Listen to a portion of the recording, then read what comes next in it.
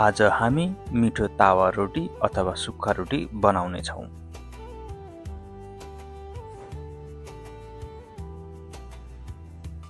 आउनुहोस् सुरु गरौँ।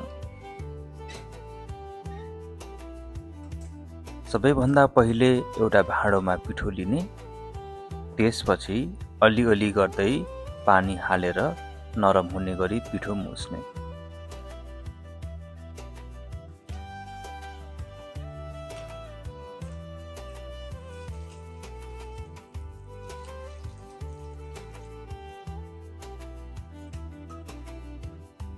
पिठो राम्रोसँग मुछिसकेपछि करिब 30 मिनट जति छोपेर राख्ने।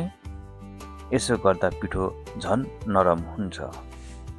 त्यसपछि पिठोलाई सानो सानो गोलो बनाउने र बेलनाको सहयोगले रोटीको आकारमा बेल्ने।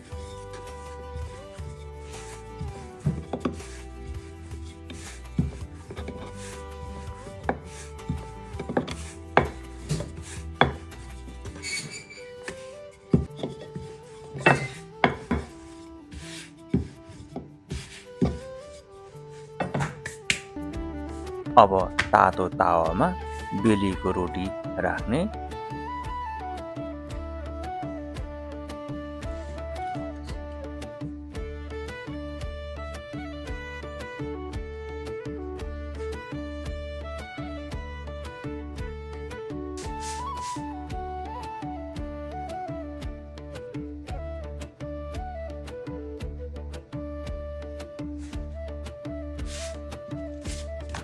केही बेर दुवैतिर पल्टाउँदै हल्का पकाउने।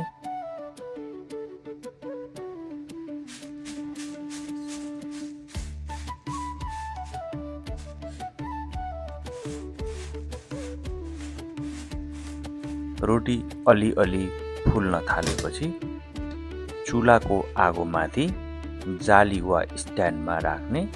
यसो गर्दा रोटी राम्ररी फुल्छ।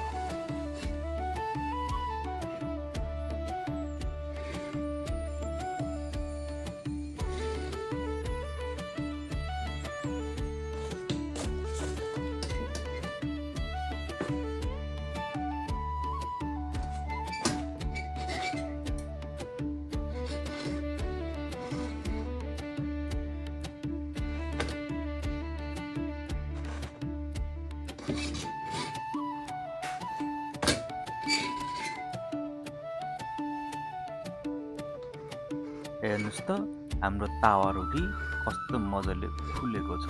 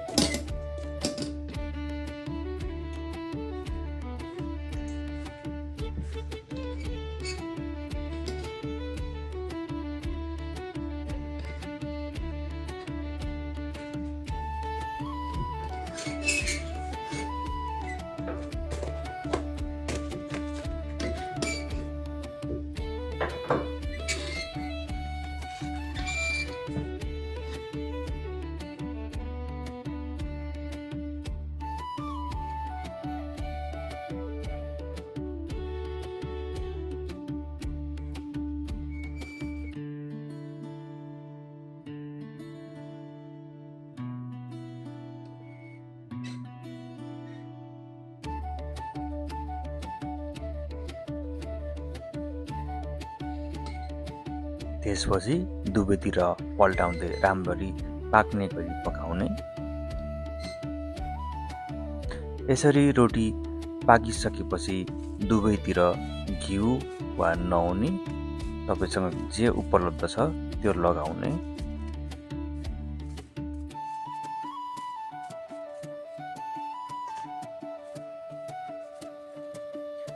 यसरी घिउ वा नौनी लगाउँदा रोटी स्वादिलो हुने, बास्नदार साथै नरम पनि रहन्छ। अब रोटीसँग खानको लागि तरकारी बनाउनु। सुरुमा मेथी पड्काउने, त्यसपछि प्याज हल्का भुटेपछि बेसार राख्ने, साथै नुन पनि।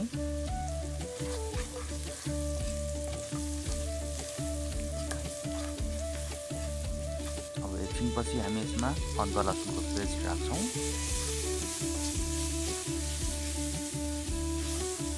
अब यो मजाले पाकिसकेपछि टमाटर राख्ने।